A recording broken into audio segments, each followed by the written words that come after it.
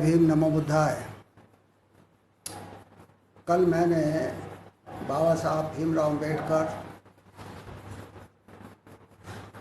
मैत्रेय बुद्ध भीम के बारे में एक पोस्ट लोड की थी। उसमें मैंने बताया था कि बाबा साहब भीमराव अम्बेडकर, जैसा कि हम आमतौर पर जानते हैं, और उनको बोधिसत्व भी कहा जाता है, लेकिन वो बोधिसत्व ना हो करके भगवान बुद्ध के ही अवतार थे। जितना ज्ञान उनको था, जिस तरह से उन्होंने समाज को पूर्ण रूपेण बदल दिया, जिस तरह से उन्होंने करोड़ों करोड़ों लोगों की बेड़ियों को खोल दिया, ये साधारण काम नहीं था। बाबा साहब अम्बेडकर को मैं ही नहीं, बल्कि दुनिया के लगभग सभी सभ्य देश उनको मानते हैं, उनका सम्मान करते हैं। उनके स्टैचू उन्होंने अपने देश में लगाई हुई है, संसद में लगाई हुई है।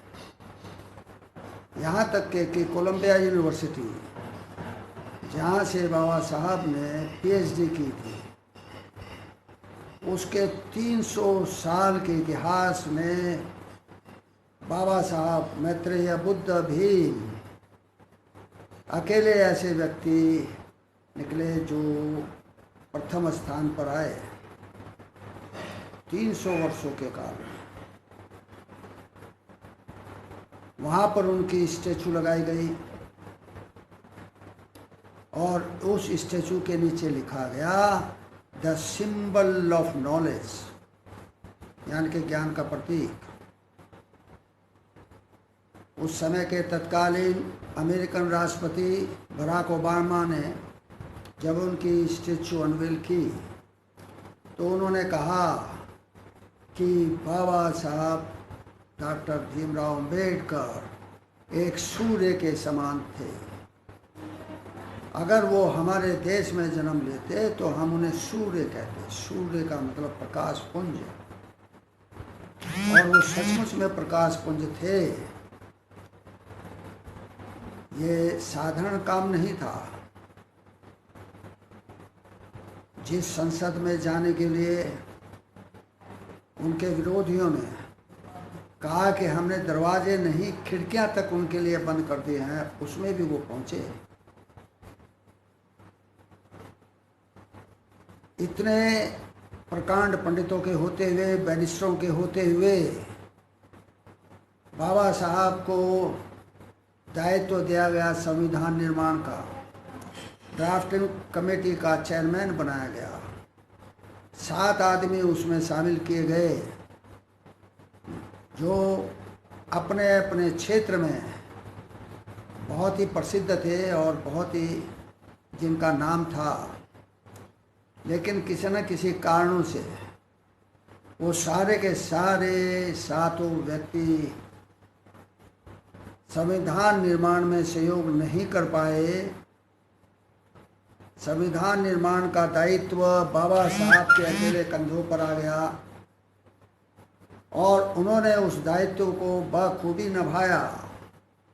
बहुत से लोग कहते हैं कि संविधान में उन्होंने किया क्या, उन्होंने सिर्फ नकल की, उन्होंने सिर्फ कॉपी की।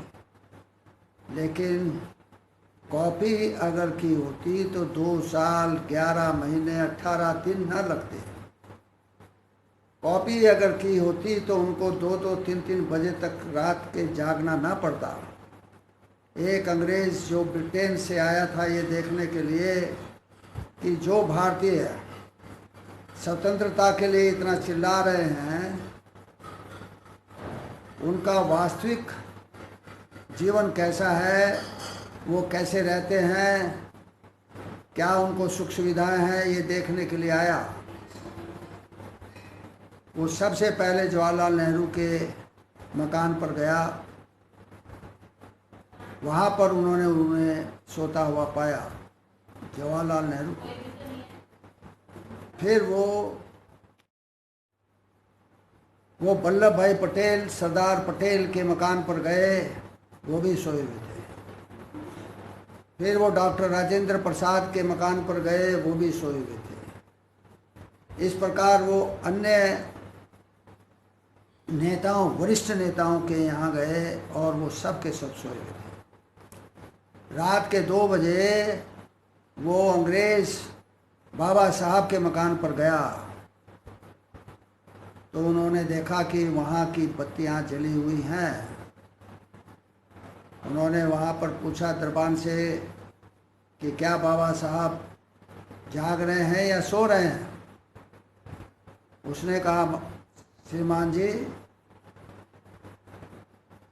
डॉक्टर अंबेडकर अभी भी जाग रहे हैं, वो अपने स्टडी रूम में है। तो उसने कहा कि जाके पता दो उनको कि मैं उनसे मिलना चाहता हूँ। जब डॉक्टर अंबेडकर को पता चला कि कोई अंग्रेज उनसे मिलना चाहता है तो उन्होंने कहा ठीक है, भेज दो। वो अंग्रेज वहाँ पर गया उनके सामने और कहा, उनसे पूछा कि डॉक्टर अंबेडकर, मैं फला फला नेताओं के घर पे गया और वो सब सोए हुए थे, तुम अकेले व्यक्ति हो जो रात के 2 बजे भी जाग रहे हो और अपने स्टडी रूम में हो। बाबा साहब ने उत्तर दिया कि वो इसलिए सोए हुए हैं, वो नेता इसलिए सोए हुए हैं क्योंकि उनका समाज जागा हुआ है, समाज जागृत है, और मैं इसलिए जाग रहा हूँ क्योंकि मेरा समाज सोया हुआ है। ये उन्होंने संविधान निर्माण से काफ़ी पहले कहा और ये बात अभी भी जूं के तूं लागू है हमारे समाज के ऊपर। हमारा समाज अभी भी सोया हुआ है। हमारा समाज बाबा साहब की जय लगाता है, जय भीम बोलता है, लेकिन वो उन्हें सिर्फ पॉलिटिकल लीडर के रूप में ही देख रहा है। उन्हें वो अपने शास्त्रा के रूप में नहीं देख रहा, वो उन्हें अपने तारणहार के रूप में नहीं देख रहा, वो उन्हें एक धर्म संस्थापक के रूप में नहीं देख रहा। जो धर्म हमारे देश से ब्राह्मणों द्वारा गायब कर दिया गया था, वो लॉर्ड कनिंघम के द्वारा खोज निकाला गया। उन्होंने कंदराओं को, गुफाओं को, चैत्यों को, विहारों को खोज निकाला। उस समय एक अंग्रेज जिसने लिखा, एक लंबी कविता लिखी, द लाइट ऑफ एशिया। उसके बाद बाबा साहब के पास एक किताब आई जो दक्षिण में कुछ लोग, दक्षिण का मतलब है तमिलनाडु, तमिलनाडु यानी कि उस समय के मद्रास स्टेट में, मद्रास शहर में, वो 5-6 ऐसे लोग थे जो बौद्ध धर्म में आस्था रखते थे और वो बौद्ध धर्म को मानते थे और बौद्ध पूजा वगैरह करते थे, बुद्ध वंदना करते थे। उनको एक अंग्रेज औरत ने कुछ पैसे दान दिए ताकि बौद्ध धर्म के गुणों के बारे में, बौद्ध धर्म के एसेंस के बारे में बताया जा सके लोगों को।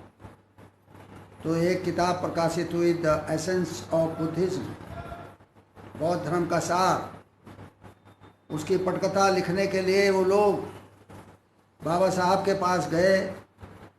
बाबा साहब ने जब उस किताब को पढ़ा तो वो बहुत अधिक प्रभावित हुए और उन्होंने पटकथा तो लिखी ही, साथ ही ये निश्चय भी कर लिया कि भले ही मैं हिंदू धर्म में पैदा हुआ लेकिन हिंदू धर्म में मरूंगा नहीं।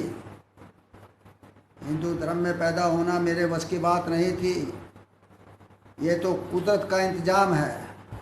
कुदरत किसको कहाँ पैदा करती है ये कुदरत के हाथ में है, लेकिन मैं हिंदू रहते हुए मरूंगा नहीं थे।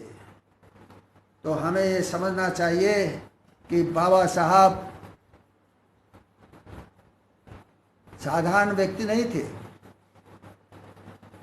जो उन्होंने कार्य किए वो अद्वितीय है, पूरी दुनिया में उनकी मिसाल नहीं है। तो ऐसे अद्वितीय कार्य करने वाले डॉक्टर भीमराव अंबेडकर को अगर मैत्रेय बुद्ध भीम कहा जाए तो ये गलत नहीं होगा। उन्होंने वो सब कुछ विचारा, वो सब कुछ उन्होंने प्रयास किया जो भगवान बुद्ध ने अपने समय पर किया, समाज को जागृत करने में, समाज को ऊंचा उठाने में, समाज से अंधविश्वास दूर करने में, समाज से पाखंडवाद दूर करने में। यही काम डॉक्टर अंबेडकर ने किया मैत्रेय बुद्ध भीम के रूप में। हमें यह मानना पड़ेगा, आज नहीं तो कल मानना पड़ेगा। भगवान बुद्ध को प्रश्रय देने वाले तो अनेक राजा हुए, लेकिन बाबा साहब को प्रश्रय देने वाला कोई भी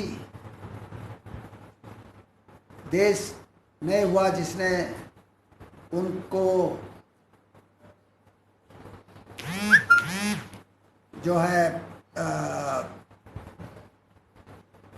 ऊंचाइयों पर जो लेके गए हो, जिन्होंने उनको साथ दिया हो।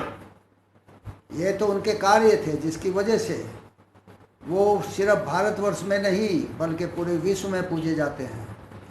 भारतवर्ष में भारत सरकार और जितने भी राज्य सरकारें हैं उन्होंने प्रयास किया कि बाबा साहब को लोग भूल जाएं।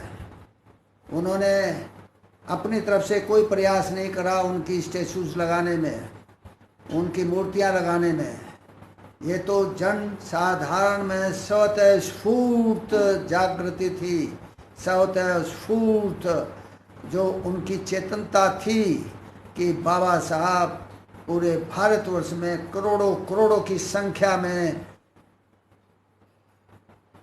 स्थापित हैं, जगह जगह, गांव गांव, बस्ती बस्ती स्थापित हैं। लोगों ने स्वतः किया है, लेकिन फिर भी करने के बाद भी मानने को तैयार नहीं कि डॉक्टर अंबेडकर मैत्रेय बुद्ध भीम थे, मैत्रेय बुद्ध भीम हैं।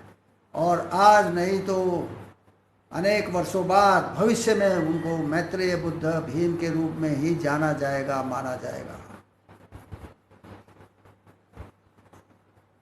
मेरा सभी भारत की जनता से आग्रह है कि वो मैत्रेय बुद्ध भीम को पहचाने, मैत्रेय बुद्ध भीम को माने, मैत्रेय बुद्ध भीम का सम्मान करें, उसे अपने जीवन में उतारें, उनके गुणों को उतारें, उनकी शिक्षाओं को उतारें।